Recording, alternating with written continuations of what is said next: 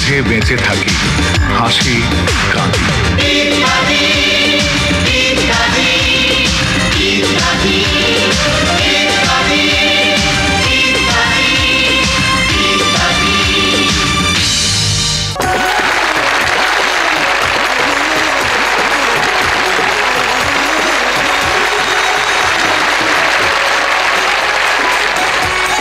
এই মিলনায়তন এবং এই মিলনায়তনের বাইরে এই মুহূর্তে টিভি সেটের সামনে যে যেখানে যে অবস্থায় এই অনুষ্ঠান দেখছেন সবাইকে জানাচ্ছি সাদর সম্ভাষণ। কথায় আছে মানুষ গড়ার কারিগর সবার আগে আপন ঘর, অর্থাৎ পরিবার থেকেই শুরু হয় মানুষের শিক্ষা এবং সুশিক্ষাই করতে পারে মানুষকে সৎ, আদর্শবান এবং চরিত্রবান। এই চরিত্র নিয়েই আরেকটি কথা হলো চরিত্রই সম্পদ। কিন্তু আমাদের সমাজে এমন অনেকেই আছেন যারা চিত্ত চরিতার্থে অর্থবিত্তের চরম চাওয়ার চমকে এই চরিত্রকেই বিসর্জন দিয়ে বসেন এবং ফাঁসেন। তখন তাদের টাকা এবং ফাঁকা বুলির ঝুলি তাদের রক্ষা করতে পারে না। কিছুদিন আগে ধারণ করা একটি চিত্র তারই ইঙ্গিত বহন করে। আমার ভাই, তোমার ভাই, এটা হলো গিয়ে ঘরোয়া সভা, সবাই আস্তে আস্তে কথা বলো, চিল্লাচিল্লি করবা না, বলো। আসলে মেলা দিনের অভ্যাস তো কন্ট্রোল করতে পারি নাই, অরিজিনাল বেরিয়ে যায়। আস্তে আস্তে বলো, আমার ভাই, তোমার ভাই, আমার ভাই, তোমার ভাই। আচ্ছা ঠিক আছে ভাই, ঠিক আছে, স্লোগান বন্ধ, ঠিক আছে, স্লোগান বন্ধ, কাজের আলাপে আসি। হ্যাঁ বলো নেতা, আরেকটা স্লোগান দেই, তারপর শুরু করেন। আর একটা, আচ্ছা ঠিক আছে, দেখ দেখ। কুদ্দুস ভাইয়ের চরিত্র কি হলো, তো ফুলের মতো পবিত্র। ওই মেয়েরা, তোমাকে তো স্লোগান দিতে মানা করি নাই, বলছি যে তোমরা চিল্লাচিল্লি করবে না, বলো স্লোগান দাও। ক কুদ্দুস ভাইয়ের চরিত্র কি হলো, ঘটনা কি, কইতেছো না কেন? এইটা কইতে পারুম না। কেন? উনার চরিত্র সম্পর্কে আমরা শিওর না, না জানে শুনে এই স্লোগান দিতে পারুম না। আগে না বুঝা অনেকের চরিত্রের সার্টিফিকেট দিছে, অহন দিয়ে হেঁটে যার সার্টিফিকেট হয়েছে। বোঝা গেল সোজা লোকেরা তাদের ভুলের বোঝা ফেলে এখন সোজাসুজি চলতে চান। তবে সোজা পথে চলাও কিন্তু সোজা নয়, কারণ সোজা পথ এখন বেঁকে যায়, অবৈধ নির্মাণে ঠেকে যায়, যে কারণে তারাও ঠেকে যায় এবং সুযোগ বুঝে ফেরিওয়ালারাও তাই হেঁকে যায়।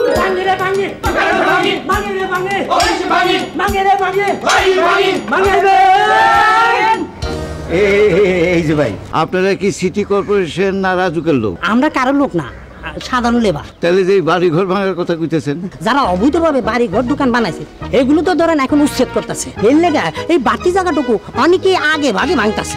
আমরা কন্ট্রাক্ট সিস্টেমের ওই ভাঙা ভাঙির কামটা সাইরা দিই। তা আপনার কোনটা অবৈধ, বাড়ি দোকান না অফিস? অবৈধ তো দূরের কথা, আমার ভাই বৈধ বইলেও কিছু নাই। ম্যাচে ভাড়া থাকি, 300 টাকা সিট। চিন্তা করতেছি আপনাগুলোকে পার্ট টাইম কাম করুন কিনা।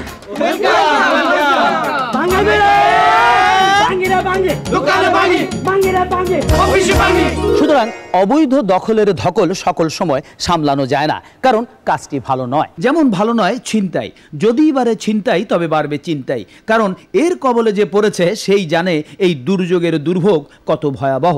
তাহলে ভালো কি? অনেক কিছুই তো ভালো, এবং এই অনেক ভালোর সঙ্গে কেশ কালো ভালো এবং মেঘ কালো কিন্তু মন্দ নয়। তবে সবচেয়ে ভালো যদি কালো স্বভাব বন্ধ হয়।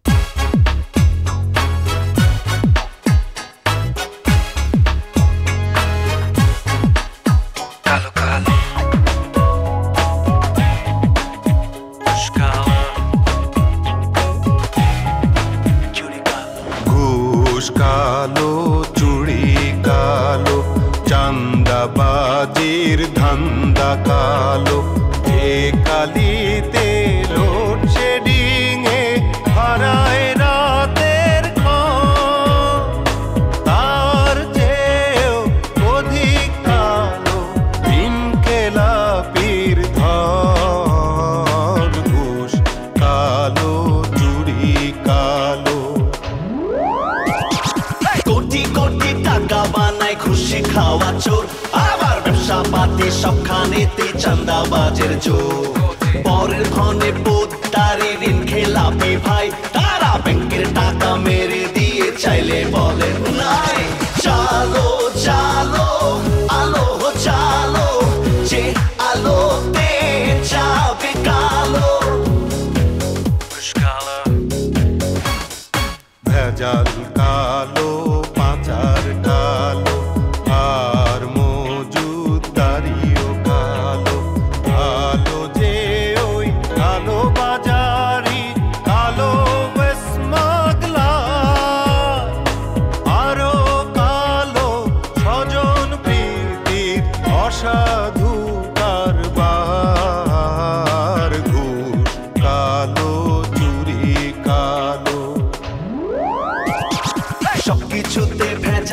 চাই খাঁটি পাওয়া ভার, আবার তবু মূল্য বৃদ্ধি করে চোরা মজুদার। অতি ভাই বেরাদার আত্মীয়রা ভীষণ পাওয়ারফুল, তাদের স্বজন প্রীতির এই খেলাতে নীতি হয় নির্মূল। চালো চালো আলো চালো, যে আলোতে যাবে কালো। সন্ত্রাস কালো, হাইজ্যাক কালো, জ্ঞান পাপীর উপদেশ কালো। কালো যে ওই ভূমি দস্যুর বেআইনি দখল, সবচেয়ে কালো দুর্নীতিবাজ নেতা আমলার দল। ঘুষ কালো, চুরি কালো। বেশি শক্তির বেশি দখল পাড়ায় মহল্লায়, সন্ত্রাসীদের শিক্ষাঙ্গনে শিক্ষা পাওয়া দায়। আবার জ্ঞান পাপিতে হাজারো কন্দর, তারা অন্যায় কেউ নেই বলে দেয় হলে আপন দল। চালো চালো আলো চালো, যে আলোতে যাবে কালো। চালো চালো আলো চালো, যে আলোতে যাবে কালো। এত কালোর পরেও কিন্তু কালো আছে যার নাম কালি। এই কালি যখন লেখাপড়া শেখায় লাগে তখন অতি ভালো, কিন্তু কথার দাপটে যখন একে অন্যের প্রতি কালি ছোড়াছুরি হয় তা গালির চেয়েও মন্দ। সুতরাং এই কালি ছোড়াছুরির আনন্দ বোধ হয় বন্ধ হওয়া উচিত। আপনারা রেডি? হ্যাঁ। Camera ready? Ready? Okay sir 1 minute. এগুলো কি? চা। সরি, আমি চা খাই না, আমি রাতে দুধ খাই। দুধ? হ্যাঁ, এত রাতে টক শো কইরা এরকম মগে করে যদি চা খাই তো রাতে ঘুমের ডিস্টার্ব হয়। কেন? এত কিছু বুঝেন, এটা বুঝেন না? চা খাইলে শরীর কড়া হয়, তারপরে আপনাদের সাথে চিল্লি করে রাত্রে বাসায় গেলে চায়ে থাকতে হয়। ঠিক আছে, এরপর থেকে আমি দুধের ব্যবস্থা করব। এখন তো লাইভ সময় একটু কম, আমরা শুরু করি। হ্যাঁ, দর্শক বন্ধুরা, আজকে আমাদের আলোচ্য বিষয় বাক স্বাধীনতা। এ ব্যাপারে আমরা বক্তব্য রাখার জন্য স্টুডিওতে দুজন বাক বিশেষজ্ঞকে আমন্ত্রণ জানিয়েছি। আমার ডান দিকে রয়েছেন জনাব কেরামতুল্লাহ এবং বাম দিকে রয়েছেন জনাব হেদায়েত উদ্দিন।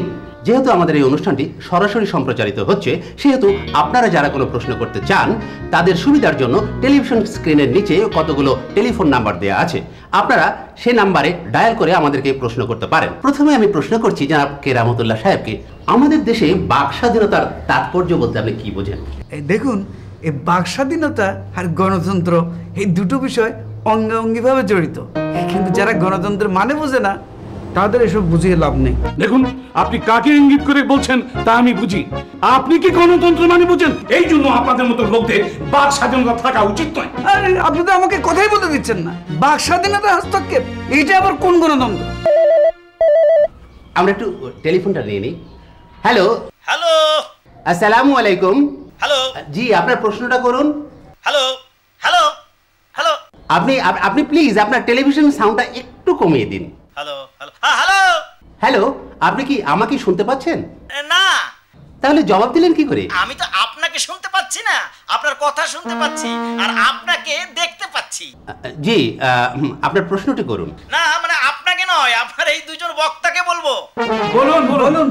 এতক্ষণ পর্যন্ত ঝগড়াঝাটি কইরা দুজন দুজনের সুবিধা মতো গণতন্ত্রের কথা বললেন। আপনারা দুজন আগে সিদ্ধান্ত নেন আসলে গণতন্ত্র অর্থটা কি। এইভাবে চিল্লাচিল্লি করলে আপনারা যেমন অসুস্থ হয়ে পড়বেন আর আমরাও গণতন্ত্রের সংজ্ঞা নিয়ে বিভ্রান্ত হব। রায় তো অনেক হয়েছে, এখন বাড়িতে গিয়ে ঘুমান। সরি, আমি রিয়েলি সরি। আরে না না না না, এই সরি আর কি আছে? দর্শকরা কি বলে, কি বলেন ভাই? হ্যাঁ, তারা কি বুঝে? এই দুজনের আলোচনা থেকে এবার চলুন আমরা অন্য দুজনের আলোচনা শুনি। তবে ভয় পাবেন না, এটা কোনো টক শো নয়। আলোচনা হচ্ছে বাড়িওয়ালা এবং ভাড়াটিয়ার মধ্যে। আসসালামু আলাইকুম। ওয়ালাইকুম আসসালাম। কাকে চাই? গেটে দেখলাম টুলেট লাগানো। জি। বাড়ি ভাড়া নিতে চাই। বাড়িওয়ালা কি আছেন? আমি বাড়িওয়ালা, বলেন। আপনার বাড়িটা একটু দেখতে পারি? নিশ্চয়ই দেখতে পারেন, তবে তার আগে আমার কিছু জানার আছে। বলেন, কি জানতে চান? এই ধরেন আপনি বিবাহিত না ব্যাচেলার? বিবাহিত হলে আপনার ছেলে মেয়ে আছে কিনা, আর ছেলে মেয়ে থাকলে তারা কে কি করে, আপনি কি কাজ করেন, আপনার স্থায়ী অস্থায়ী ঠিকানা, আপনি রাতে কয়টায় বাসায় ফিরেন, এইসবে যদি আপনার আপত্তি না থাকে তাহলে আপনি বাড়ি দেখেন। তা নাহলে খালি খালি বাড়ি দেখে আপনারও কষ্ট, আমারও সময় নষ্ট। খুবই যুক্তির কথা বলছেন। অনেক ধন্যবাদ। তাহলে চলেন বাড়ি দেখি। দাঁড়ান, বাড়িটা দেখার আগে আমারও যে কিছু জানার আছে। নিশ্চয়ই নিশ্চয়ই, বলেন বলেন কি জানতে চান? প্রথমত আমি আপনার বাড়ির প্ল্যানটা দেখতে চাই। এর আগে তো আমি কোনো ভাড়াটিয়াকে কোনো বাড়ির প্ল্যান দেখাই নাই। আমিও এর আগে কখনো ভাড়াটিয়া হিসাবে কারো বাড়ির প্ল্যান দেখতে চাইনি, এখন চাইতেছি। কেন? কারণ ভাড়া নিয়ে আমি কোনো ঝামেলায় পড়তে চাই না। ঝামেলা হবে কেন? হবে যদি আপনি প্ল্যান অনুযায়ী বাড়িটা না বানান। আমি দেখতে চাই 5 তলার পারমিশন নিয়ে আপনি 6 তলা বানাইছেন কিনা, গ্যারেজের জায়গায় ঘর বানাইছেন কিনা, ওয়াশার মেন লাইনে চোরা মোটর লাগায় পানি টানেন কিনা, বিদ্যুতের অবৈধ কোনো সংযোগ আছে কিনা। আমাকে কি আপনার সেই রকম মনে হয়? বাইরের থেকে দেখলে তো অনেকেরই ভদ্রলোক মনে হয়, কিন্তু ভিতরে যে কি আছে সেটা তো বুঝন যায় না। এখন তো অনেক কিছুই দেখতেছি, তাই সবকিছুর ভিতরেই সন্দেহ ঢুকে গেছে। এইবার বলেন, এইসব তথ্য জানাইতে আপনি সম্মত আছেন কিনা? থাকলে বাড়ি দেখি, নাইলে আপনারও কষ্ট, আমারও সময় নষ্ট। আপনি তো আমাদের নতুন চিন্তায় ফালাই দিলেন। জি, এখন থেকে সবকিছুই একটু নতুন ভাবে চিন্তা করি। বই হলো জ্ঞানের জানালা এবং লাইব্রেরি হলো তার প্রাণ। আজকাল রাজধানী সহ শহরাঞ্চলে এমন অনেক পাঠাগারই দেখা যায় যা অনেকেরই দৃষ্টি আকর্ষণ করে তাদের প্রচারণার জন্য এবং অনুদানও পায়। কিন্তু আজ আমরা আপনাদের সঙ্গে এমন একটি পাঠাগারের পরিচয় করিয়ে দেব যেটি দীর্ঘ 62 বছর ধরে অজপাড়া গায়ে গ্রামের মানুষকে শিক্ষার আলোয় আলোকিত করে চলেছে। সরকারি কিংবা বেসরকারি পৃষ্ঠপোষকতা এবং রক্ষণাবেক্ষণের অভাবে যে পাঠাগারটি আজ ধ্বংসের পথে। রাজশাহীর গোদাগাড়ী উপজেলা সদর থেকে প্রায় 12 কিলোমিটার দূরে পানিহার গ্রাম। এই গ্রামেই 1945 সালে পাঠাগারটি তৈরি করেন একজন বইপ্রেমী মানুষ, পানিহার প্রাথমিক বিদ্যালয়ের শিক্ষক শেখ এনায়েতুল্লাহ। 1958 সালে এটি পানিহার পাবলিক লাইব্রেরি নামে মঞ্জুরি লাভ করে। বাৎসরিক অনুদান ছিল মাত্র 500 টাকা। এখানে রয়েছে প্রায় 100 বছরের পুরনো বিভিন্ন দুর্লভ ও দুষ্প্রাপ্য বই এবং সাময়িকী। 1335 বঙ্গাব্দে প্রকাশিত মাসিক মোহাম্মদী সওগাত থেকে শুরু করে ইতিহাস, বিজ্ঞান, অর্থনীতি, কাব্যগ্রন্থ, প্রবন্ধ, মনীষীদের জীবনী সহ বিভিন্ন ধরনের বই রয়েছে এই পাঠাগারটিতে। বিদ্যালয়ে শিক্ষকতা করার সময় প্রতিষ্ঠাতা শেখ এনায়েতুল্লাহ শিক্ষার্থীদের বই কেনার টাকার কমিশন দিয়ে এবং ব্যক্তিগত প্রচেষ্টায় বিভিন্ন ব্যক্তিদের কাছ থেকে অর্থ সাহায্য নিয়ে এই পাঠাগারের জন্য বইগুলো সংগ্রহ করেন। অথচ মাটির ঘরে প্রায় 60-70 বছর আগে নির্মিত আলমারির মধ্যে বইগুলো এখন অযত্ন ও অবহেলার শিকার। আলমারিতে দেখা যায় মাকড়সার জাল, বইয়ের উপর জমেছে ধুলোর স্তূপ। একসময় এখানে 12,000 বই থাকলেও বর্তমানে বইয়ের সংখ্যা মাত্র 6,000-এর মতো। এই পাঠাগারে এসেছেন পল্লী কবি জসিমউদ্দিন, কবি বন্দে আলী মিয়া, ভারতের চারণ কবি গোমানি দেওয়ান, ইলামিত্র সহ অনেক বিশিষ্ট ব্যক্তি ও কবি সাহিত্যিকরা। এই পাঠাগারে এসে কবি বন্দে আলী মিয়া পরিদর্শন বইয়ের এক স্থানে লিখেছেন, শহরের আবেষ্টনী হতে বহু দূরে পল্লীর নিভৃত কোণে এই পাঠাগার। এখানে এসে পাঠাগারের গ্রন্থাবলীর বৈচিত্র্য এবং বিপুল সংখ্যা দর্শন করে বিস্মিত হলাম। বর্তমানে এই পাঠাগারটি দেখাশোনা করছেন প্রতিষ্ঠাতা শেখ এনায়েতুল্লাহর ছেলে আবু হেনা মুস্তফা কামাল। আমরা এবার কথা বলবো আবু হেনা মুস্তফা কামালের সঙ্গে। আপনার কাছে আমরা জানতে চাইবো, এই পাঠাগারটিতে বর্তমানে পাঠক কারা? বিশেষত ইউনিভার্সিটির টিচার এবং স্কুল কলেজের শিক্ষার্থীরা থিসিস করতে আসেন। এই পাঠাগারটি এখন চলে কি করে? কোনো অনুদান পান? অনুদান গত 5 বছরের মধ্যে আমরা কোনো পাইনি। আমাদের এখানে স্বেচ্ছাশ্রমের ভিত্তিতেই পরিচালনা কমিটি পরিচালনা করে। বর্তমানে পাঠক সংখ্যা কেমন? এখন পাঠক সংখ্যা, নতুন প্রজন্মের কোনো বই নাই আমাদের কাছে, ওই জন্য নতুন প্রজন্মের পাঠকেরা খুব কম আসেন। আর আমাদের কাছে যদি 20-25 হাজার টাকার অন্তপক্ষে বই থাকতো, এই সময় কিনতে পারতাম, তাহলে হয়তো অনেক নতুন প্রজন্মের পাঠককে আমরা আকর্ষণ করতে পারতেন। তো আমাদের স্টুডিওতে আসার জন্য আপনাকে অনেক ধন্যবাদ। এবং আপনার এই পাঠাগারের বই কেনার জন্য আমরা ইত্যাদি অনুষ্ঠানের মাধ্যমে কেয়া কসমেটিক্সের পক্ষ থেকে এই 50,000 টাকার চেকটি প্রদান করছি। আশা করি আপনি এ দিয়ে বই কিনতে পারবেন। আমি অত্যন্ত খুশি হয়েছি এবং আমাদের কথা তুলে ধরার জন্য আপনাদের কাছে আমরা কৃতজ্ঞ। আপনাকে অনেক ধন্যবাদ। পাশাপাশি এই পাঠাগারটির সংস্কারের জন্য সংশ্লিষ্ট কর্তৃপক্ষের দৃষ্টি আকর্ষণ করছি।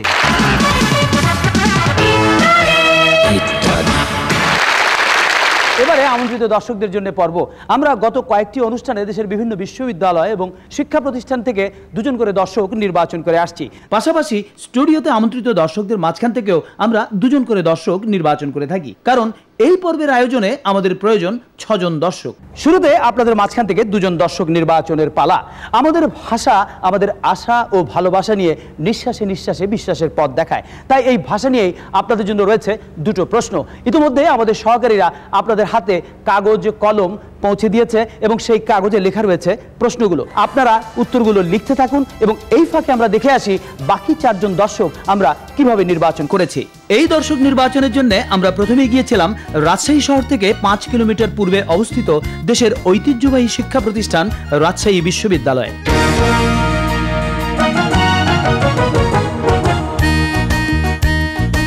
এই বিশ্ববিদ্যালয়ের ইতিহাস বিভাগের 200 জন শিক্ষার্থীর কাছে আমাদের প্রশ্ন ছিল দুটি। এক, স্বাধীনতা যুদ্ধে অবদানের জন্য বাংলাদেশের রাষ্ট্রীয় খেতাব দেয়া হয় কয়টি এবং কি কি? সঠিক উত্তর হচ্ছে 4টি। বীর শ্রেষ্ঠ, বীর উত্তম, বীর বিক্রম এবং বীর প্রতীক। দ্বিতীয় প্রশ্ন ছিল বাংলাদেশের জাতীয় সংসদের 1 এবং 300 নম্বর আসন দুটির নাম কি? সঠিক উত্তর হচ্ছে 1 নম্বর আসন পঞ্চগড় এবং 300 নম্বর আসন বান্দরবান। এই 200 জন শিক্ষার্থীর মধ্যে দুটি প্রশ্নেরই সঠিক উত্তর দিয়েছেন 133 জন এবং একটি প্রশ্নের সঠিক উত্তর দিয়েছেন 65 জন এবং দুটি প্রশ্নেরই ভুল উত্তর দিয়েছেন 2 জন। দুটি প্রশ্নেরই সঠিক উত্তরদাতাদের মাঝখান থেকে লটারির মাধ্যমে 2 জনকে নির্বাচন করা হয়, আর তারা হলেন মোহাম্মদ রফিকুল ইসলাম, ইতিহাস বিভাগ 4র্থ বর্ষ। মোহাম্মদ আল মামুন, ইতিহাস বিভাগ 4র্থ বর্ষ। রাজশাহী বিশ্ববিদ্যালয় থেকে আমরা গিয়েছিলাম রাজশাহী সরকারি মহিলা কলেজে। এই কলেজের 310 জন ছাত্রীর কাছেও আমাদের প্রশ্ন ছিল দুটি। প্রথম প্রশ্ন ছিল বাংলাদেশের জাতীয় উৎসব কোনটি? সঠিক উত্তর হচ্ছে বাংলা নববর্ষ বরণ উৎসব। দ্বিতীয় প্রশ্নটি ছিল আয়তনে বাংলাদেশের সবচেয়ে বড় এবং ছোট বিভাগের নাম কি? সঠিক উত্তর হচ্ছে সবচেয়ে বড় বিভাগ রাজশাহী এবং ছোট বিভাগ সিলেট। এই 310 জন ছাত্রীর মধ্যে দুটি প্রশ্নেরই সঠিক উত্তর দিয়েছেন 178 জন, একটি প্রশ্নের সঠিক উত্তর দিতে পেরেছেন 109 জন এবং একটিরও সঠিক উত্তর দিতে পারেননি 23 জন। এই 178 জন সঠিক উত্তরদাতাদের মাঝখান থেকে লটারির মাধ্যমে আমরা 2 জন দর্শক নির্বাচন করি, আর তারা হলেন জান্নাতুল মাওয়া মো, নামভদ্রা, রাজশাহী। মোসাম্মদ তানিয়া খাতুন, অনার্স প্রথম বর্ষ, বাংলা বিভাগ। এবারে আপনাদের পালা। ইতিমধ্যে আমাদের সহকারীরা আপনাদের কাছ থেকে উত্তরপত্রগুলো সংগ্রহ করেছে। এখানটায় রানার হাতে রয়েছে সবগুলো ভুল উত্তর এবং মামুনের হাতে রয়েছে শুদ্ধ উত্তরগুলো। আমি এবার প্রশ্নগুলো বলছি এবং সঠিক উত্তরগুলো বলে দিচ্ছি। আপনাদের জন্য প্রশ্ন ছিল 21শে ফেব্রুয়ারিকে আন্তর্জাতিক মাতৃভাষা দিবস হিসেবে ঘোষণা করে কোন সংস্থা? সঠিক উত্তর হবে ইউনেস্কো। এবং দ্বিতীয় প্রশ্ন ছিল বাংলাকে রাষ্ট্রভাষার মর্যাদা দেওয়া হয় কত সালে? সঠিক উত্তর হচ্ছে 1956 সালে। আপনাদের মাঝখান থেকে মাত্র 34 জন সঠিক উত্তর দিতে পেরেছেন এই দুটো প্রশ্নেরই, এবং বাকি 115 জন দিতে পেরেছেন একটি প্রশ্নের সঠিক উত্তর এবং বাকিরা সবাই ভুল উত্তর দিয়েছেন। এবারে সঠিক উত্তরদাতাদের মাঝখান থেকে লটারির মাধ্যমে আমরা 2 জন দর্শক নির্বাচন করব। প্রথম ভাগ্যবান হচ্ছেন পলাশ মণ্ডল, মিরপুর 10। পলাশ মণ্ডলের জন্য করতালি। দ্বিতীয় ভাগ্যবান হচ্ছেন শামীম আহমদ, উত্তরা, সেক্টর 9। তার জন্য করতালি। এবারে রাজশাহী থেকে আগত 4 জন এবং উপস্থিত দর্শকদের মাঝখান থেকে নির্বাচিত 2 জন, এই 6 জন দর্শক আপনারা মঞ্চে চলে আসুন। তাদের জন্য করতালি। এবার আমরা আপনাদের নিয়ে শুরু করব দ্বিতীয় পর্ব। এই দ্বিতীয় পর্বে আপনাদের 6 জনের মাঝখান থেকে আমরা 3 জন দর্শক নির্বাচন করব আমাদের পরবর্তী পর্বের জন্য। আমি একটি প্রশ্ন করব, সেই প্রশ্নটির সঠিক উত্তর যারা দিতে পারবেন তিনি পরবর্তী পর্বে থাকবেন। তাহলে আমরা শুরু করছি। সারা পৃথিবী এখন বিশ্বকাপ ক্রিকেটের জ্বরে আক্রান্ত, সেই তাপের কিছুটা প্রভাব আমাদের উপরে পড়েছে। তাই এবারে প্রশ্নগুলো থাকবে বিশ্বকাপকে নিয়ে। আপনাদের বলতে হবে প্রথম বিশ্বকাপ ক্রিকেট খেলা কোথায়, কত সালে অনুষ্ঠিত হয়? 1975 সালে। ইংল্যান্ডে। 1975 সালে ইংল্যান্ডে। সঠিক উত্তর দিয়েছেন পলাশ মণ্ডল। এবারে দ্বিতীয় প্রশ্ন, কবে বিশ্বকাপ ক্রিকেটে বাংলাদেশের অভিষেক ঘটে? 1999 সালে। প্রথম দিয়েছেন আপনি, অনেক ধন্যবাদ আপনাকে। আমরা 2 জন দর্শক পেয়ে গেছি। এবারে আমরা তৃতীয় দর্শক নির্বাচন করব। ভালো হয় যদি রাজশাহী সরকারি মহিলা কলেজের একজনকে পাওয়া যায়, কারণ 2 জায়গা থেকে আমরা 2 জনকে পেয়েছি। পরবর্তী প্রশ্ন, যারা পেরেছেন তারা উত্তর দেবেন না। বিশ্বের সর্বকনিষ্ঠ টেস্ট সেঞ্চুরিয়ান কে? আশরাফুল। শামীম আহমদের জন্য করতালি। এবারে তৃতীয় পর্ব অর্থাৎ চূড়ান্ত পর্ব।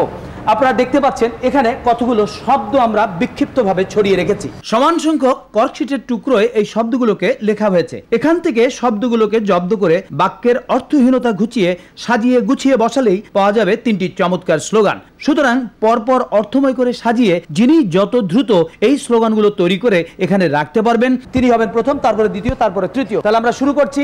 1, 2, 3 শুরু করুন।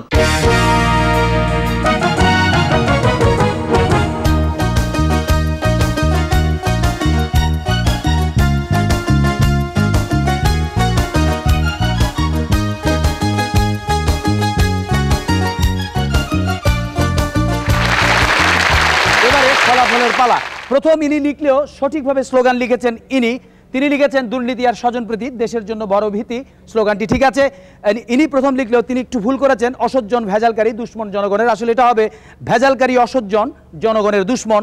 আর ইনি লিখেছেন এটাই সবার লক্ষ্য হোক, সৎ যোগ্য লোক এবং। আসলে বিষয়টি হবে সৎ এবং যোগ্য লোক এটাই সবার লক্ষ্য হোক। সুতরাং আমরা দেখতে পাচ্ছি তিনি প্রথম হয়েছেন, দ্বিতীয় হয়েছেন ইনি এবং তৃতীয় হয়েছেন ইনি। তাদের জন্য করে পাবে।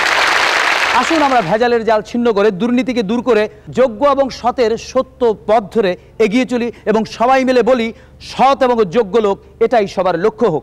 এবারে আপনাদের সবার জন্যই রয়েছে ক্যা কসমেটিক্স লিমিটেডের পক্ষ থেকে পুরস্কার এবং প্রথম পুরস্কার হচ্ছে এই কম্পিউটার যেটি পাবেন আপনি। দ্বিতীয় পুরস্কার হচ্ছে আপনাদের দুজনের জন্যই দুটো সেলাই মেশিন এবং আপনারা যারা দ্বিতীয় পর্বে উত্তীর্ণ হতে পারেননি আপনাদের নিরাশ হওয়ার কিছু নেই। সঠিক সময়ে সঠিক কাজটি করার জন্য আপনাদের জন্য রয়েছে 3টি ঘড়ি এবং আমাদের কাছে সব সময়কার জন্য মহামূল্যবান পুরস্কার বই রয়েছে সবার জন্যই। এই পর্বে অংশগ্রহণ করার জন্য আপনাদের সবাইকেই অনেক অনেক ধন্যবাদ। আমরা ভালো মনের মানুষ চাই, কালো মনের নয়। কিন্তু মনের সৌন্দর্য নিয়ে চিন্তা না করলেও আমরা অনেকেই কিন্তু শরীরের সৌন্দর্য নিয়ে বড়ই চিন্তিত, অথচ মন ভালো থাকলেই কিন্তু শরীর ভালো থাকে। ইদানিং নানান কারণে অনেকেরই মন ভালো নেই। মানসিক চাপ বাড়ছে, মুখে তার ছাপ পড়ছে, তাই চিকিৎসকের কাছে ছুটছে। স্যার আপনার তো কোনো সমস্যা নেই, প্রেশার হার্ট সব নর্মাল। খাওয়া দাওয়া কি করব? সব খাবেন, ভাত মাছ শাক সবজি মুরগি, কোনো সমস্যা নেই। আপনি শুধু শুধু চিন্তা করছেন। না না চিন্তা না, তুমি আমার ছাত্র ছিলে বলেই মাঝে মাঝে আসি, তোমাকেও দেখে গেলাম, একটু চেক আপও করলাম, বয়স হয়েছে তো। কোনো অসুবিধা নেই স্যার, আপনি যখন খুশি তখন আসবেন। হ্যাঁ আমি তাহলে আসি বাবা। জি স্যার, আসসালামু আলাইকুম।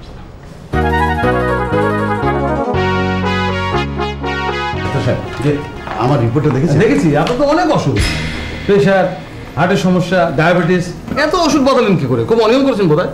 সারাক্ষণ ব্যস্ত থাকতে হতো, 10-12টা ইন্ডাস্ট্রি, 5-6টা বাড়ি, এত জায়গা জমি, এসব মেনটেন করা বড় কঠিন। তারপরে কিন্তু আমি খাওয়া দাওয়ার কোনো অনিয়ম করিনি, ভালো খেয়েছি, ভালো থেকেছি, টাকা পয়সার প্রবলেম নাই। টাকা থাকলেও আপনি কিন্তু এখন যা ইচ্ছে তাই খেতে পারবেন না, আপনাকে হিসেব করে খেতে হবে।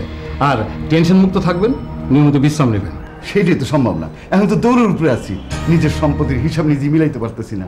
আরে আগে আমি মানুষের জন্য কত তদবির করছি, আর এখন আমার তদবির করার জন্য কোনো মানুষ নাই। ডাক্তার সাহেব আপনি আমাদের বাঁচান। এইসব অনিয়ম থেকে তো আমি আপনাকে বাঁচাতে পারবো না, তবে যা বললাম খাওয়া দাওয়া কমান, বিশ্রাম নিন। কিন্তু ডাক্তার সাহেব আপনি স্যার তো সব কিছু খাইতে বললেন, তিনি তো আমার চেয়ে বয়সেও অনেক বড়। শুধু বয়সে বড় না, ওনার মনটাও অনেক বড়। ওনার কোনো টেনশন নেই, উনি টাকার পিছনে ছোটেন না, অল্প আয়ে উনি খুশি। তাহলে কি আমি টাকা পয়সা রোজগার করবো না? করবেন, যতটুকু দরকার ততটুকু। শুনুন, বেশি আয় করেও আপনি কিন্তু ভাত খান, আয় কম করে ওই মাস্টার সাহেবও কিন্তু ভাতই খান। কম দামি খাটে শুয়ে স্যার নিশ্চিন্তে ঘুমান, আর আপনি বেশি দামি খাটে শুয়ে ঘুমোতে পারছেন না, দৌড়ের উপর আছেন। সুতরাং বৈধভাবে যতটুকু দরকার ততটুকু আয় বলে লাভ নেই। এ জগতে হায় সেই বেশি চায়, আছে যার ভুরি ভুরি। তবে পরিবেশ পরিস্থিতির কারণে এই চাওয়া পাওয়ার হাওয়াও কিন্তু বদলায়। মুখ দিয়ে না খেলেও যাকে খাওয়া বলা হয় সেই খাওয়াও কিন্তু বদলায়। আসসালামু আলাইকুম স্যার। ওয়ালাইকুম আসসালাম। স্যার আমার ফাইলটার কোনো খবর টবর হইলো স্যার? আরে ভাই আপনার কোন ফাইল তা কি মনে আছে নাকি? স্যার ওই যে করিমান অ্যান্ড কোম্পানি, অনেক দিন হয়ে গেল স্যার। না এখন তো অনেক দিন হওয়ার কথা না। এখন ডেইলি ফাইল ডেইলি ছাড়ি আমি। এই যে আপনার ফাইল, এই তো। আরে ভাই এটা তো আমি 15 দিন আগে করে রেখেছি, আপনি দেরি করলেন কেন? স্যার এই কি কইতেছেন স্যার? স্যার আসলে হঠাৎ করে আপনার এত স্পিড হয়ে যাবে এটা তো ভাবতেই পারি না স্যার। আগে তো আইলে কইতেন 15 দিন পরে আসো, 1 মাস পরে আসো, ওইটা তো অভ্যাস হয়ে গেছিল স্যার। যাক আপনার কাজ তো হয়েছে, খুশি তো? স্যার খালি খুশি বুঝাইতে পারবো না। আপনারা জানি স্যার কেমনে কি করো, আর কিছু মনে করেন না স্যার। এই বান্ডিলটা রাখেন স্যার, আমি খুশি হয়ে গেলাম স্যার। পাশের লোকটাকে সিআইডির কেউ না তো, কিন্তু এতগুলো টাকা ছেড়ে দেবো? কিন্তু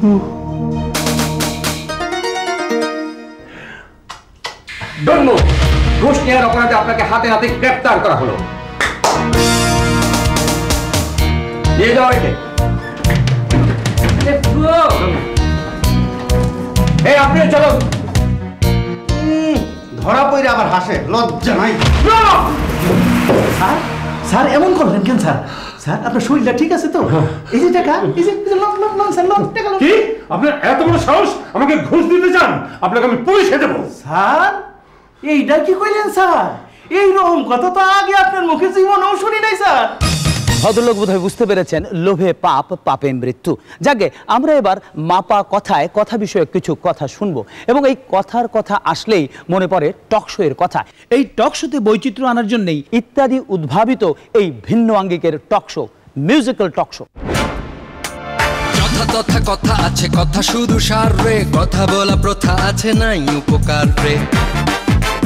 যথা কথা আছে, কথা শুধু সার রে, কথা বলা প্রথা আছে নাই উপকার রে। আরো কথা কথা কারো নয় কম, দিনে দিনে বাড়ছে কথা বলা মাধ্যম, কথা বলা মাধ্যম। কও কথা কও কথা কও কথা রে, কথা কও কও কথা কও কথা রে। দেশ জুড়ে ছেয়ে গেছে মোবাইলে কালচার, আজ শুধু কথা হবে কাজ হবে কালচার। সাজে রাতে মাঝে রাতে, সাজে রাতে মাঝে রাতে, ভোরে রাতে সস্তায়, সুবিধা প্যাকেজে ছাড়ে বস্তায় বস্তায়। মিডিয়ারা বোঝে সব, তবু দোষ ধরে না, বিজ্ঞাপনের লোভে প্রতিবাদ করে না, প্রতিবাদ করে না। কও কথা কও কথা কও কথা রে, কথা কও কও কথা কও কথা রে। শুধু মোবাইলে নয় কথা নানা চ্যানেলে, কখনো বা একা একা কখনো বা প্যানেলে। টক টক টক কত টক শো যে চলছে, নামি লোকে দামি কথা দিন রাত বলছে। ভারী কথা ধারি কথা, কথা বড় ওজনে, সকলে কথায় বড় কাজে বড় কজনে।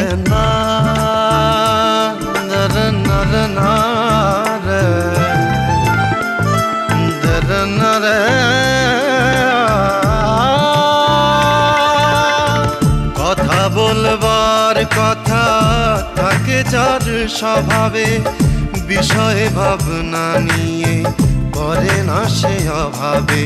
ধরা যাক বহুতল ভবন প্রসঙ্গ, এই নিয়ে কত কথা দ্বন্দ্ব রঙ্গ। কেন কত হয়ে যায় পুড়ে যায় ধসে যায়, অঘটন ঘটলেই টকশোতে বসে যায়। এর দোষ তার দোষ, কি উচিত অনুচিত, এই নিয়ে চলে শুধু বিস্তর বাতচিত। নকশাটা ভুল ছিল, নেই ফায়ার এক্সিট, অবৈধ নির্মাণ বিল্ডিং আনফিট। অথচ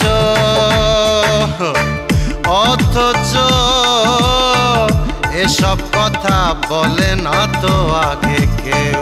চোর পালালেই যেন আসে বুদ্ধির ঢেউ, আসে বুদ্ধির ঢেউ। সেই ঢেউ দুদিনের, তারপরে হায় হায় এত কথা যারা বলে তারাও তা ভুলে যায়। কও কথা কও কথা কও কথা রে, কথা কও কও কথা কও কথা রে। আইনের কথা বলে ফাইনের কথা রে, কেউ বা সুযোগে বলে লাইনের কথা রে। রাজনীতি নিয়ে কত উক্তি ও যুক্তি, শুনে দর্শক বলে দাও ভাই মুক্তি। বিবিধ দিবস এলে কত কথা বলে রে, শোনে বা না শোনে কেউ টকশো তো চলে রে। কথা বলাতেই যেন আছে কত পুণ্য, দিবসটা চলে গেলে যোগ ফল শূন্য, যোগ ফল শূন্য। এই কথার মতো ভাগ্নের ব্যবসার যোগফলও শূন্য। প্রতিবারই মামা তার ভাগ্নের ব্যবসা থামালেও এবারের চিত্র একটু ভিন্ন। ওই কি করো? আরে কে? ও মামু তুমি? অমন কাইপা উঠলি কেন? না মামু ডরে। ডর? তোর আবার ডর কি? না মানে আজকাল পত্রিকাতে যে সমস্ত খবর আর ছবি ছাপানো হইতাছে, তাতে তোর কি? তুই কোনো অবৈধ কাজটা করছিস নাকি? করি নাই, চেষ্টা তো করছি, তুমি থামাই দিছো। এই জন্যই বলে সৎ পথে থাকবে, সৎ কাম করবি। আমার দেখ না কি সুন্দর ভাবে ঘুরে বেড়াইতেছি, কোনো ডর নাই, বুক ফুলে চলি। আরে বৈধ পয়সার বরকতি আলাদা। এই একটা দামি কথা কইছো মামু, বৈধ পয়সায় রিক্সায় চললো শান্তি আছে, মানুষ সালাম দেয়, কইব ভদ্রলোক যায়। আর অবৈধ পয়সায় দামি গাড়িতে চোর কোনো লাভ নাই, মাইসে টিটকারি দিব, কইব চোর যায়। তবে মামু ব্যবসা বাণিজ্য এখন অনেক পরিবর্তন আইছে। কোন ব্যবসা? এই যেমন ধরো গাড়ির কাছের ব্যবসা, কাছের ইম্পোর্ট কমে গেছে, ভাঙ্গা কাজ জোড়া লাগানোর কামও কম। কেন? কারণ রাস্তাঘাটে এখন গাড়ি ভাঙ্গা চোরা নাই, মাইকের ব্যবসা কমে গেছে, মিটিং মিছিল নাই, মাইকের ভাড়াও নাই, ডেকোরেটরের ইনকামও কমে গেছে। বিয়া শাদী তো বন্ধ হয় নাই। ডেকোরেটরের কাম কি খালি বিয়া? আরে মিটিং এর গেট বানাইতে গিয়া ডেকোরেটর বিয়া শাদীতে শিডিউলে দিতে পারতো না। বিয়া বাড়িতে গেট হয় একটা, আর মিটিং এ গেট হয় ডর্জনে ডর্জন। রাস্তার মধ্যেখানে ঘুরা কতক্ষণ পর পর তরুণ নির্মাণ, মঞ্চ নির্মাণ, চেয়ার ভাড়া, এগুলি সব বন্ধ, ব্যবসাও মন্দ। আরে তোর ব্যবসা পাতির খবর কি? এইটা কও। মামু আমি তো খাঁটি ব্যবসায়ী না, নতুন ব্যবসায়ী। সবসময় 2 নম্বর ব্যবসা চিন্তা করতাম, এখন নিজেই সিদ্ধান্ত নিছি আর 2 নম্বরই না। টেলিভিশনে বেজাল জিনিসের ছবি দেখা নিজের শরীরে মাঝে মাঝে সিমটি কাটতে দেখছি বাচ্চা আছে না মরে গেছি। কেন? এত পচার বেজাল খেলে বাঁচার কথা না তো। গম পচা, আটা পচা, চিনি পচা, ডাইল পচা, এমনকি চাউলও বেজাল। তারপরে ধরো এইসব বেজাল খেয়েছে বাঁচবার লেগে ওষুধ খাইবা, এটার মধ্যেও বেজাল। তোর যে টনক নড়ছে তাতেই আমি খুশি। এবার নতুন ভাবে নতুন ব্যবসা চিন্তা কর। মামু তুমি আমার কইতেছো ব্যবসা করতে? আমি কইতেছি ব্যবসা করতে তো মানা নাই, তয় 2 নম্বর না। মামু তোমার কথা শুন না আমার মাথায় একটা আটকা ব্যবসার কথা চিন্তা আছে। কিসের ব্যবসা? বুলডোজার। বুলডোজার? ও মামু, যে হারে মানুষ অবৈধভাবে ঘর বাড়ির দোকানপাট আর ব্যবসা প্রতিষ্ঠান বানাইছে, এগুলি উচ্ছেদ করতে কয়েকশো বুলডোজার লাগবো। এত বুলডোজারই বা পাইবা কই, আর এত ড্রাইভারই বা পাইবা কই? অবাস্তব চিন্তা করিস। যারা অবৈধভাবে নির্মাণ করে তারাও তোর মতো অবাস্তব চিন্তা করে। এসব অবৈধ জিনিস যে ভবিষ্যতে নাও থাকতে পারে সেটা তারা ভাবে না। তাহলে করুনটা কি? মানুষ যাতে অবৈধ কাজ না করে সেজন্য মানুষকে সচেতন করে তোর। আর এইসব ভালো কাজে প্রয়োজনে আমি ইনভেস্ট করুন এবং লগেও থাকুন। মাছে ভাতে বাঙালি এবং এই মাছ আমাদের জাতীয় সম্পদ, পুষ্টি এবং প্রোটিনের প্রধান উপকরণ। কিন্তু এই মাছ নিয়ে ইদানিং অনেকেই চিন্তিত, শঙ্কিত এবং আতঙ্কিত। তাই সঙ্গত কারণেই আজকের ইত্যাদির জন্য আপনাদের লেখা অসংখ্য চিঠির মাঝখান থেকে এই মাছ সংক্রান্ত চিন্তায় আক্রান্ত 2টো চিঠি বেছে নিয়েছি। প্রথম চিঠিটি লিখেছেন আবুল বাতেন, চাঁদপুর থেকে। তিনি লিখেছেন, ইলিশ আমাদের জাতীয় সম্পদ, খাদ্য মানেও ইলিশ অত্যন্ত সমৃদ্ধ। কিন্তু আজকাল অনেকেই জাটকা ধরার কারণে ইলিশের সংখ্যা কমে যাচ্ছে। যেহেতু ইত্যাদি আমাদের সামাজিক ক্ষত নিরাময়ে একটি বড় হাতিয়ার, তাই যারা জাটকা নিধন করছে তাদের সচেতন করার জন্য ইত্যাদির কাছে মন্তব্য আশা করছি। কারেন্ট জালের জটিল জটে জাটকা আটকানোতে আমরা প্রায় 2 লক্ষ মেট্রিক টন পূর্ণাঙ্গ ইলিশ থেকে বঞ্চিত হচ্ছি। ক্ষতি হচ্ছে প্রায় 2000 কোটি টাকা। অথচ জাটকাতে না আছে পুষ্টি, না আছে স্বাদ গন্ধের তুষ্টি। তাই নভেম্বর থেকে মে মাস পর্যন্ত এই কটি মাস জাটকা ধরা বন্ধ করলেই কিন্তু আমরা টাটকা ইলিশ পেতে পারি। আসুন আমরা জাটকা ধরা বন্ধ করি এবং যারা জাটকা নিধন করছে তাদের সচেতন করার জন্য বলি, আইন মেনে ইলিশ ধরো, জাটকা নিধন বন্ধ করো। ঢাকার মালিবাগ থেকে গৃহিণী সুরাইয়া বেগম লিখেছেন, ইদানিং খাদ্যে প্রায়ই ফরমালিনের কথা শোনা যায়। কিছুদিন আগেও টেলিভিশনের পর্দায় ফরমালিন মেশানো কয়েক টন মাছের চিত্র দেখে আমরা সবাই শঙ্কিত হয়েছি। এ ফরমালিন দেওয়া খাদ্য থেকে আমরা কিভাবে মুক্তি পেতে পারি ইত্যাদি জানাবে কি? ফরমালিন দেওয়া মাছ যে কি ক্ষতি করে আসুন তা আগে একজন চিকিৎসকের কাছ থেকে জেনে নেই। ফরমালিন একটি অত্যন্ত বিষাক্ত পদার্থ এবং মানুষের খাবারের এটি অনুমতি নেই। ফরমালিন যারা মাছসহ বিভিন্ন খাদ্যদ্রব্যে মেশায় তাদের হাতে বিভিন্ন ধরনের অ্যালার্জি এবং ঘা, এমনকি দীর্ঘদিন ব্যবহারে তাদের ত্বকের ক্যান্সার পর্যন্ত হতে পারে। এছাড়া আমরা যারা নিজের অজান্তে দীর্ঘদিন এই ফরমালিন মিশ্রিত খাবার এবং মাছ ব্যবহার করে থাকি, তাদের পাকস্থলী, লিভার, ফুসফুস এবং কিডনি এই অঙ্গগুলোর মারাত্মক দুরারোগ্য ব্যাধি, এমনকি ক্যান্সার পর্যন্ত হতে পারে। তাই আসুন আমাদের স্বার্থেই আমরা সবাই এ ব্যাপারে আরো সচেতন হই। আমাদের কাছে চিঠি লেখার ঠিকানা পরিচালক ইত্যাদি, GPO box number 2674 GPO, Dhaka 1000 আর মেইল করতে পারেন ittadi2674@gmail.com এই ঠিকানায়। মোবাইলের মাধ্যমেও আমাদের সঙ্গে যোগাযোগ করতে পারেন। আপনার মোবাইলের মেসেজ অপশনে গিয়ে আই লিখে তারপর একটি স্পেস দিয়ে আপনার বক্তব্য লিখে পাঠাতে পারেন 2580 এই নম্বরে, যে কোনো মোবাইল থেকে। ধন্যবাদ। দর্শক মণ্ডলী, কথা বলছি নেদারল্যান্ডের দক্ষিণে একটি নিভৃত পল্লী থেকে। এই গ্রামটির নাম হচ্ছে লনথস্ট। আমি দাঁড়িয়ে আছি একটি ঘাসের জমিতে। ঘাস চাষ করে যে সুন্দরভাবে অঢেল অর্থ উপার্জন করা যায় তার প্রমাণ পাওয়া যায় হল্যান্ডের এসব গ্রামে এলে। এখানে শত শত একর জমিতে এ ধরনের ঘাস চাষ করা হয়। আর এই ঘাস চাষের কারণ হচ্ছে কার্পেট তৈরি করা, ঘাসের কার্পেট, যা বিক্রি করে কৃষকরা যেমন লাভবান হন তেমনি অর্জিত হয় বৈদেশিক মুদ্রা। সাধারণত মার্চ থেকে অক্টোবর এই কয় মাসের মধ্যে ঘাসের বীজ রোপণ করতে হয়। অতিমাত্রায় ঠান্ডা বা বরফ পড়লে ঘাসের ফলন ভালো হয় না। এই ঘাস চাষের পূর্বে মাটিকে রোলার দিয়ে সমান করে নিতে হয় এবং নিয়মিত সার ও পানি দিতে হয়। ঘাস একটু বড় হলেই গ্রাস কাটার মেশিন দিয়ে কেটে দিতে হয়। বছরে একবার এসব জমি থেকে বিভিন্ন আকৃতির ঘাসের কার্পেট কাটা হয়। বীজ বপন করা ও ঘাসের কার্পেট কাটার জন্য রয়েছে বিশেষ মেশিন মেশিন। এসব মেশিন অত্যন্ত দামি। কথা বলেছিলাম স্থানীয় কৃষক মিস্টার টোনের সঙ্গে। আমি এখন দাঁড়িয়ে আছি একটি মেশিনের সামনে, যে মেশিন দিয়ে কার্পেটের আকৃতিতে কাটা হয় ঘাসগুলোকে, এবং এক একটি আকৃতি হয় প্রায় 1 স্কোয়ার মিটার করে, এবং যেগুলোর দাম পড়ে প্রায় 1.60 ইউরো থেকে 2 ইউরো পর্যন্ত, অর্থাৎ প্রায় 160 টাকা। আমি জানতে চাইলাম টোনের কাছে এই মেশিনগুলোর দাম কীরকম। What is the price of this machine? The investment is 70,000 euro. Yes. অর্থাৎ প্রায় 55 লক্ষ টাকা। গাছ লাগানোর মতোই ঘাসের কার্পেট মাটিতে বিছালে ঘাস বড় হতে থাকে, পরে কাটার দিয়ে কেটে দিতে হয়। বিশ্বের বিভিন্ন বড় বড় বিনোদন পার্ক, বড় বড় অফিস এবং শপিং মলের বহিরাঙ্গনে এসব ঘাসের কার্পেট লাগানো হয়। তাছাড়া বিভিন্ন আন্তর্জাতিক ফুটবল স্টেডিয়াম, ক্রিকেট স্টেডিয়ামেও এ ধরনের ঘাসের কার্পেট লাগানো হয়। তবে এসব কার্পেটের আকৃতি হয় 1 মিটার চওড়া এবং 50 মিটার লম্বা। অবশ্য এ ধরনের কার্পেটের জন্য চাষের পদ্ধতিও একটু ভিন্ন। মেশিনের সাহায্যে বীজ বপন করার পর জমির উপর কাগজের টুকরো ছিটিয়ে নেট দিয়ে দেওয়া হয়। এর ফলে 50 মিটার দীর্ঘ আকৃতির কার্পেট সহজেই অক্ষত অবস্থায় কাটা যায়। এই ঘাস চাষ অর্থনৈতিকভাবে যেমন লাভজনক, তেমনি পরিবেশের ভারসাম্য এবং সুস্থ পরিবেশের জন্য উপকারী। নেদারল্যান্ডের অন্থস থেকে বিদায় নিচ্ছি। খোদা হাফেজ।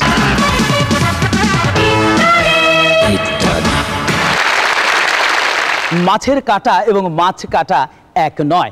এই মাছ কাটাকাটি করার খাটাখাটি নিয়ে বেশি ঘাটাঘাটি করলে পরিপাটি করে সাজানো বাটি ভরা বাটা মশলায় কাটা মাছ রান্নার অনুষ্ঠানে কিন্তু মাটি হয়ে যেতে পারে। দেখুন। কেমন আছেন আপা? ভালো। কোথাও যাচ্ছেন নাকি আপা? একেবারে মেকআপ করা? না না, এইমাত্র আসলাম। আমার রান্নার অনুষ্ঠানে শুটিং ছিল। আপা, কালকে আপনি টেলিভিশনে যে মাছের রান্নার রেসিপিটা দেখিয়েছেন, সেটা আমার সাহেব খাইতে চাইছে। তাই বুঝি? তার রান্নার নিয়মটা কি ভুলে গেছেন আপা? না না আপা, যা যা দেখিয়েছেন সবই মনে আছে, কিন্তু সমস্যা বেঁধেছে অন্য জায়গায়। কোথায়? আপা, আপনার অনুষ্ঠানে তো কাটাকুটি দেখান না, মাছ মাংস তরি তরকারি সবকিছু তো পাটিতে সাজানো থাকে। তাই আমি মাছটা নিয়ে আসছি, কিভাবে কাটছেন সেটা আমাকে একটু দেখায় দেন। ও মা, এসব আমি করি নাকি? এগুলো তো আমার বুয়া করে। ও মা, বলেন কি? বুয়ারে তো অনুষ্ঠানে দেখলাম না। কি বলতে চান আপনি? আপা, আগে তো কাটাকুটি তারপর রান্না। মানুষ তো আর বাজার থেকে আনা মাছিনে রান্না করবে না। আমার মনে হয় আপনার বুয়ারে দিয়ে আগে অনুষ্ঠান শুরু করা উচিত ছিল। ওটা শেখানো আমার কাজ না। জানলে তো শেখাইবেন। আমাদের দেশে আপনাদের মতো অনেকেই মাছ কাটতে জানে না। মাছ কাটাটাও একটা আর্ট। দেখুন, লেকচার দিতে হবে না, আপনি প্লিজ যান। যাইতেছি। তবে এরপরে আপনার বুয়ারে দিয়ে আমি একটা টেলিভিশন অনুষ্ঠান বানাবো, নাম দিব তার কাটাকুটি। আগে কাটা তারপর রান্না। আমরা বুঝলাম সব কাজ সবাইকে দিয়ে হয় না, অর্থাৎ যার কাজ তারই সাজে। তাই কাজের ভার যার তার উপর দিলে পার পাওয়া ভার হয়ে যেতে পারে। আবার যার যা কাজ নয়, তার যদি তাই করার স্বাদ হয়, তখন তার অতি বুদ্ধি অন্যের জন্য ক্ষতি বা দুর্গতির কারণ হয়ে যেতে পারে।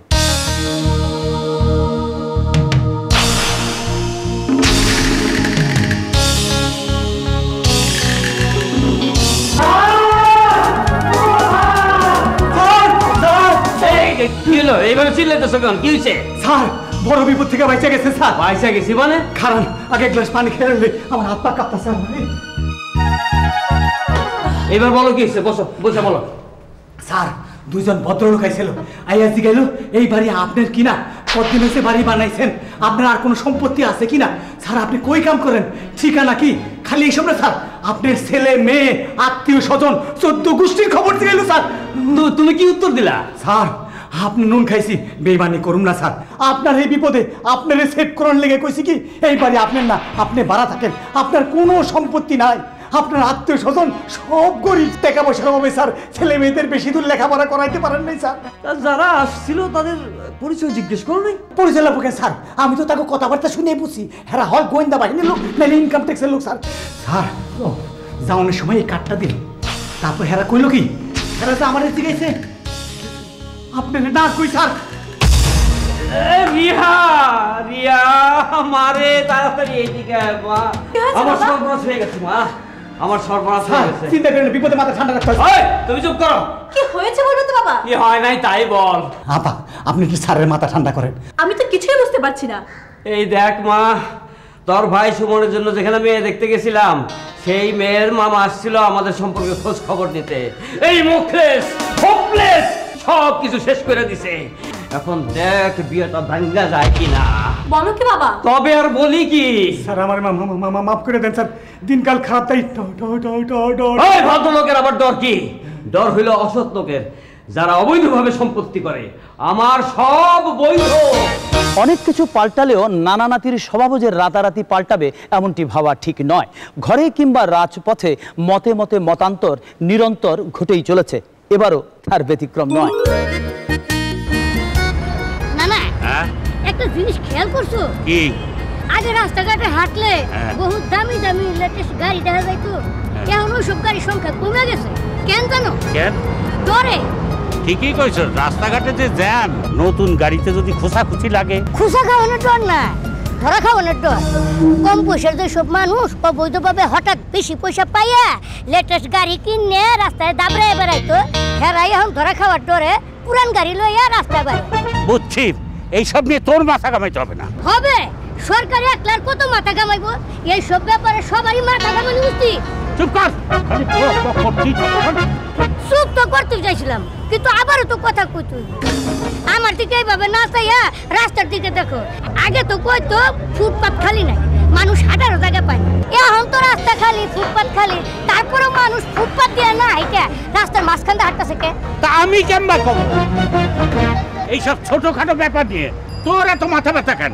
সেই সময় খালি বক বক বক বক বক করতেইছিস। তুই পেশাল থামাবি? খালি আমি না, সবাইরা পেশাল থামাইয়া কাম করতে কো, দেশের উপকার হোক। তাই বলে তোর মতো পিচ্ছির কাছ থেকে আর নিতে হবে না না, এটা আবারও ভুল কইছো। এই সাইজের উপর তো জ্ঞান নির্ভর করে না, জ্ঞান নির্ভর করে হলো কাণ্ড জ্ঞানের উপর। আর এই যে দেখো, আমি সাইজে ছোট, কত সচেতন, আর তুমি সাইজে কত বড়, অথচ কত অচেতন। না, অচেতন নয়, আমাদের অবশ্যই সচেতন হতে হবে।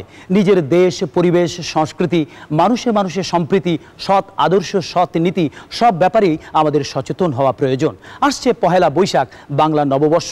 আমাদের চেতনা যেন একদিনের বাঙালি হওয়াতে সীমাবদ্ধ না থাকে। এই বাংলাদেশের রূপ বৈচিত্র্য চিরদিন যেন আমরা অন্তরে ধারণ করতে পারি। বাংলার এই রূপ বৈচিত্র্য নিয়েই এবারে গান লিখেছেন মোহাম্মদ রফিকুজ্জামান, সঙ্গীত পরিচালনায় শওকত আলী ইমন এবং গাইছেন নন্দিত কণ্ঠশিল্পী কুমার বিশ্বজিৎ এবং একদল বাউল শিল্পী।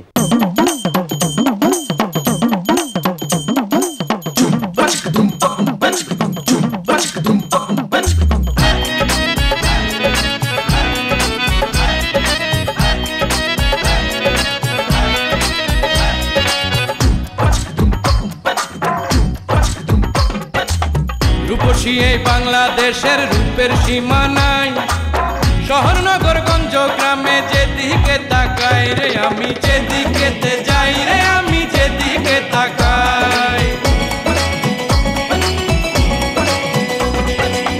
রূপসী এই বাংলাদেশের রূপের সীমা নাই, শহর নগর গঞ্জ গ্রামে যেদিকে তাকাই রে আমি, যেদিকে যাই রে আমি, যেদিকে তাকাই।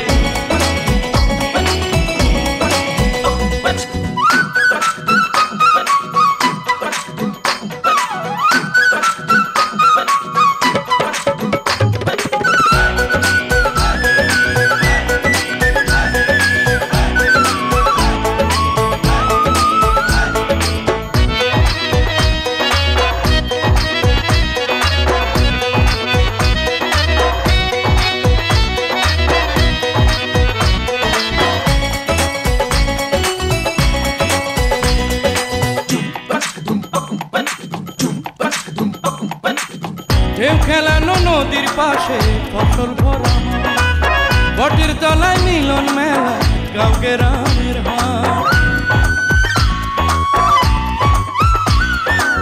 ঢেউ খেলানো নদীর পাশে ফসল ভরা মাঠ, বটের তলায় মিলন মেলায়, গাঁও গ্রামের হাট। ছায়া ঘেরা মায়া ঘেরা আম কাঁঠালের বন, পাকা ফলের ঘেরান দিয়ে জানাই নিমন্ত্রণ, জানাই নিমন্ত্রণ। বুকরিয়া শ্বাসটা নিয়া প্রাণের ছোঁয়া পাই রে আমি, যেদিকেতে যাই রে আমি, যেদিকে তাকাই রে আমি, যেদিকেতে যাই রে আমি, যেদিকে তাকাই।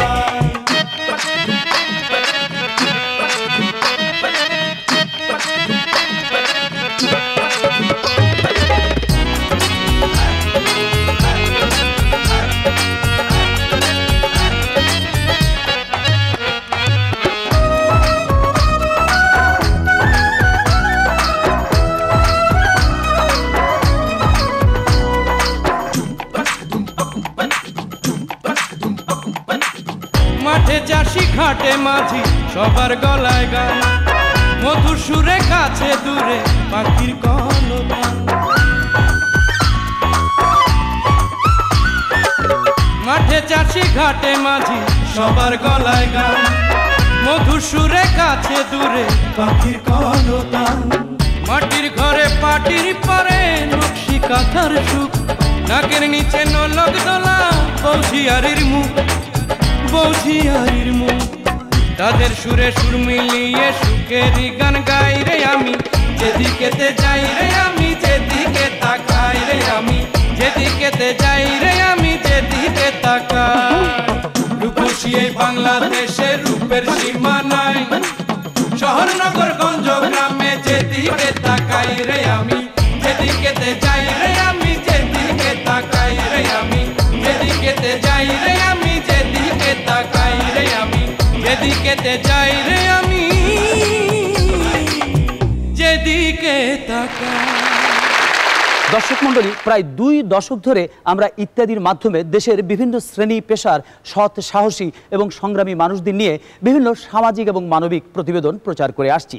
গত বছর অর্থাৎ 2006 সালে ইত্যাদির মাধ্যমে এবং কেয়া কসমেটিক্সের পক্ষ থেকে আমরা এমনই কয়েকজন মানুষকে অনানুষ্ঠানিকভাবে কিছুটা আর্থিক সহায়তা দিয়েছিলাম, কারণ আমরা মনে করি এইসব সৎ, সাহসী মানুষকে আনুষ্ঠানিকতা দিয়ে বড় করা যায় না, তারা এমনিতেই বড়। এবার চলুন দেখা যাক তারা কেমন আছেন, কে কি করছেন। গত বছরে মার্চ মাসে প্রচারিত ইত্যাদিতে আমরা শেরপুর জেলার চরভাবনা গ্রামের শারীরিক প্রতিবন্ধী 2 ভাই দিলীপ ও সুনীল চন্দ্র বিশ্বাসকে দেখিয়েছিলাম। পেশায় যারা নরসুন্দর, 2 ভাইকে আমরা ইত্যাদির মাধ্যমে 2 লক্ষ টাকা দিয়েছিলাম। তারা এখন কেমন আছেন? আমরা ইত্যাদি টাকা পাইয়া 2 ভাইয়ে 2টা ঘর দিছি, বাজারের দোকানটা সুন্দরভাবে ঠিক করছি। কিছু ঋণ ছিল, ঋণগুলা পরিশোধ করেছি। আমাদের ছেলে মেয়েদেরকে স্কুলে ভর্তি করাইছি আর লেখাপড়া করাইতেছি। ট্রেন অ্যাক্সিডেন্টে পা হারিয়েছিলেন আব্দুল কাদের। 5 মেয়ে ও 1 ছেলে নিয়ে জীবিকার তাগিদে বেছে নেন মাটি কাটার মতো কঠিন কাজ। আব্দুল কাদেরকেও দেয়া হয়েছিল 1 লক্ষ টাকা। আমি জমি করছি, ঘর করছি, 4টা গরু কিনছি, ছেলে মেয়েদের আমি লেখাপড়া করাইতেছি। আল্লাহর রহমতে আমি ভালো আছি। সিরাজগঞ্জের গৌরীপুর গ্রামের দরিদ্র কৃষকের সন্তান 21 বছরের সাইফুল ইসলাম একজন শারীরিক প্রতিবন্ধী। শুধু 2 হাতই নয়, 2 পা ও মুখ দিয়েও সে ছবি আঁকতে পারে। সাইফুলকে উৎসাহিত করার জন্য আমরা 1 লক্ষ টাকা আর্থিক সহায়তা দিয়েছিলাম। সাইফুল এখন কেমন আছেন? আমি ইত্যাদি টাকা দিয়ে বাড়িটা ঠিক করেছি, সার্টিফিকেট বন্ধক ছিল তা ফেরত এনেছি এবং পুকুরে মাছ চাষ করেছি। এছাড়াও চিত্রশিল্পের উপযুক্ত পরিবেশ তৈরি করেছি। আল্লাহর রহমতে এখন খুব ভালো আছি। 46 বছর বয়স্ক দৃষ্টি প্রতিবন্ধী জামাল মিয়াকে আমরা দেখিয়েছিলাম, যিনি দৃষ্টিহীন হওয়া সত্ত্বেও অনেক জটিল ও শ্রমসাধ্য কাজ দক্ষতার সঙ্গে করে থাকেন। আত্মনির্ভরশীল জামাল মিয়াকেও আমরা 1 লক্ষ টাকা দিয়েছিলাম। 1 লক্ষ টাকা থেকে 50,000 টাকা ব্যাংকে রাখছি, আর 50,000 টাকা আমি মাল সামান কিনা এখন নিজেই কাজ চালাই। এখন আমার কোনো মানুষের কাছে যাইতে হয় না। আপনাকে দোয়া, এখন আমি অনেক ভালো আছি। ইত্যাদির গত অনুষ্ঠানে আমরা রাজশাহীর বাঘা উপজেলার 86 বছরের বৃদ্ধ বইপ্রেমী পলান সরকারকে দেখিয়েছিলাম। প্রচার বিমুখ পলান সরকার বই পড়ার প্রতি আগ্রহ সৃষ্টি করার লক্ষ্যে নিজের টাকায় কেনা বই বিলি করেন সবাইকে। প্রচারের পর তাকে নিয়ে পত্রপত্রিকায় প্রচ্ছদ প্রতিবেদন ছাপা হয়েছে, নির্মিত হয়েছে বিজ্ঞাপন। গত অনুষ্ঠানে আমরা তার এই বই পড়ার আন্দোলনে সহযোগিতা করার জন্য 2 সেলফ ভর্তি বই দিয়েছিলাম। আমার পাঠক সংখ্যা আগে কমই ছিল, কিন্তু ইত্যাদির অনুষ্ঠান হওয়ার পরে এবং ইত্যাদি থেকে বই দেওয়ার পরে পাঠক সংখ্যা অনেক বেড়ে গিয়েছে। দূর দূরান্ত থেকে, অন্য জেলা থেকেও লোক আসে আমার কাছে বই লিয়া টিয়া যায়। অনেক পেপারে সাংবাদিকেরা আমার কাছে আসছে, ইংরেজি পত্রিকা রয়টার ছবি তুলে লিয়া যাচ্ছে, এটা আমিও খুবই খুশি। ইত্যাদির গত অনুষ্ঠানে আমরা রাজশাহীর চারঘাট উপজেলার ভায়ালক্ষ্মীপুর ইউনিয়নের নিভৃত গ্রাম বনকিশোরের 11 জন তরুণকে তুলে ধরেছিলাম, যারা সুন্দর ও সুখী সমাজ গড়ে তোলার মহৎ ইচ্ছে নিয়ে কাজ করে যাচ্ছে। বর্তমানে ওরা 11 জন কি করছে? ওরা 11 জনের 2 জন আজ আমাদের মঞ্চে উপস্থিত রয়েছে। এদের মধ্যে একজন হচ্ছে ম্যানেজার জাহিদুল ইসলাম। আপনারা বর্তমানে কি করছেন? আমরা বর্তমানে 2টা কাজ হাতে নিয়েছি, একটা হচ্ছে মাদক বিরোধী অভিযান এবং সাথে সাথে লাইব্রেরি কার্যক্রম। আপনারা সহযোগিতা কেমন পাচ্ছেন? আমাদের ইত্যাদির প্রচার খবর ব্যাপক সহযোগিতা পাচ্ছে এবং আমাদের কর্মী সংখ্যা বেড়ে গেছে এতে করে। অনেক কর্মী সংখ্যা বেড়ে গেছে। তা আপনাদের বই কেমন আছে? আমাদের এখানেই সমস্যা, আমরা নিজেরাই চাঁদা উঠে সামান্য কিছু বই কিনেছি এবং ভবিষ্যতে আরো বাড়ানোর চিন্তা ভাবনা আছে। আপনাদের এই শিক্ষা কার্যক্রমে সহযোগিতা করার জন্য ইত্যাদি অনুষ্ঠানের মাধ্যমে এবং কেয়া কসমেটিক্সের পক্ষ থেকে আপনাদের বই কেনার জন্য আমরা এই 50,000 টাকার চেকটি দিচ্ছি স্টুডেন্টস ক্রিয়েটিভ ব্যাংকে। আমরা আশা করছি আপনাদের এই নতুন কর্মসূচি সাফল্য লাভ করবে। এবার আমরা আরেকজন সৎসাহসী মানুষের চিত্র আপনাদের সামনে তুলে ধরব, আর তিনি হচ্ছেন রংপুরের তারাগঞ্জ ইউনিয়নের পারুল বেগম। গত 8 ফেব্রুয়ারি ইত্যাদি টিম নিয়ে আমরা গিয়েছিলাম পারুল বেগমের দোলাপাড়া গ্রামে। পারুল বেগম স্বপ্ন দেখতেন লেখাপড়া শিখে একজন শিক্ষিকা হবেন, কিন্তু বাবা মায়ের মৃত্যুর কারণে আর পড়াশোনা করতে পারেননি। বিয়ে হয়ে যায় এক স্বল্প বেতনের নিরাপত্তা কর্মীর সঙ্গে। স্বামীর গ্রামে এসে পারুল জানতে পারে এই গ্রামে পারুলই একমাত্র এসএসসি পাস। অভাব অনটনের কারণে একসময় যে গ্রামের শিশুরা কেউই স্কুলে যেত না, পড়াশোনার প্রতি উৎসাহী হতো না, সেই গ্রামের অধিকাংশ শিশুই এখন স্কুলগামী। পারুল বেগমের সাহসী উদ্যোগে শিশুরা এখন আলোর পথ দেখতে শুরু করেছে। পরম মমতায় দিনমজুর পরিবারের এইসব শিশুদের পারুল প্রতিদিন 2 ঘন্টা করে পড়ান। এখান থেকে শিক্ষা নিয়ে শিশুরা প্রাথমিক বিদ্যালয়ে ভর্তি হয়। বিনা পারিশ্রমিকে পড়ায় বলে গ্রামবাসী এর নাম দিয়েছে পারুলাপার ফ্রি পাঠশালা। ক্লাস শুরুর আগে সমবেতভাবে জাতীয় সঙ্গীত পরিবেশন করা হয়।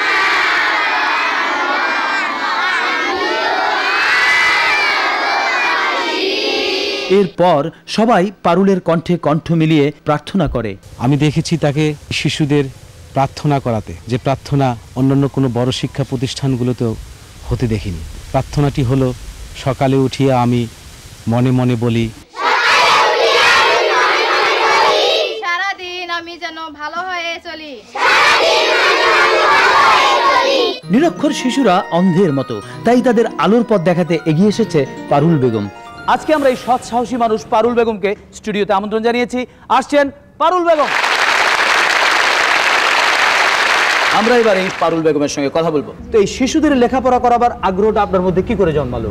এই গ্রামে নিরক্ষর বেশি, ছেলেমেয়েরা পড়তে চায় না, পড়ানোর মতো কেউ নেই। ভাবলাম নিজে পড়তে পারি নাই, তাই ছেলেমেয়েদের পরে আমি আনন্দ পাই। আনন্দ পান। তা শিশুদের পড়াতে গিয়ে কখনো কোনো অসুবিধায় পড়েছেন? তেমন কোনো অসুবিধা হয় না। বর্ষায় উঠানে কাদা, রোদ্রে গরমে শিশুরা কষ্ট পায়, তা দেখে আমরা কষ্ট পাই। এবার আমরা কথা বলবো পারুল বেগমের স্বামী মুরাদ আহমেদের সঙ্গে। আমরা জানতে পেরেছি আপনারা যে বাড়িতে আছেন দোলাপাড়া গ্রামে, সেই বাড়িটি আপনাদের নিজস্ব নয়? না, নিজস্ব নয়। ওটা কার বাড়ি? ওটা কলেজের জমিতে আমরা বাড়ি করে আছি। এবার জানতে চাইব স্থানীয় চেয়ারম্যান আজিজুল ইসলামের কাছে। আচ্ছা আজিজুল ইসলাম সাহেব, আপনাদের ওই গ্রামে কি কোনো প্রাথমিক বিদ্যালয় নেই? না, ওই গ্রামে কোনো প্রাথমিক বিদ্যালয় নেই। ওই গ্রামে একটি স্কুল ঘর করতে কত টাকার প্রয়োজন হতে পারে?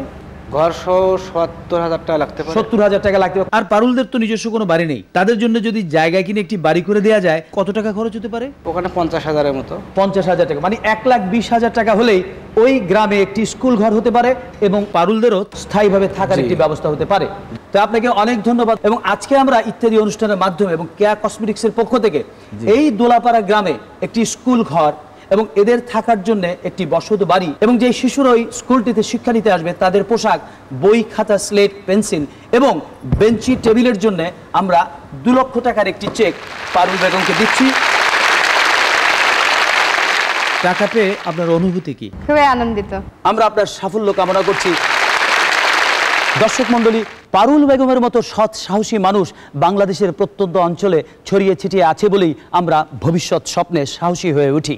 সকল অসততার বিরুদ্ধে এ ধরনের সৎ সাহসী চিত্র যত বেশি মানুষকে উদ্বুদ্ধ করবে, সমাজের সকল স্তরে সকল কাজে এর শুভ প্রভাব যত বেশি পড়বে, ততই আমরা আলোর পথে এগিয়ে যাব। সেই আলোকিত ভবিষ্যৎ কামনায় শেষ করছি আমাদের আজকের ইত্যাদি। খোদা হাফেজ।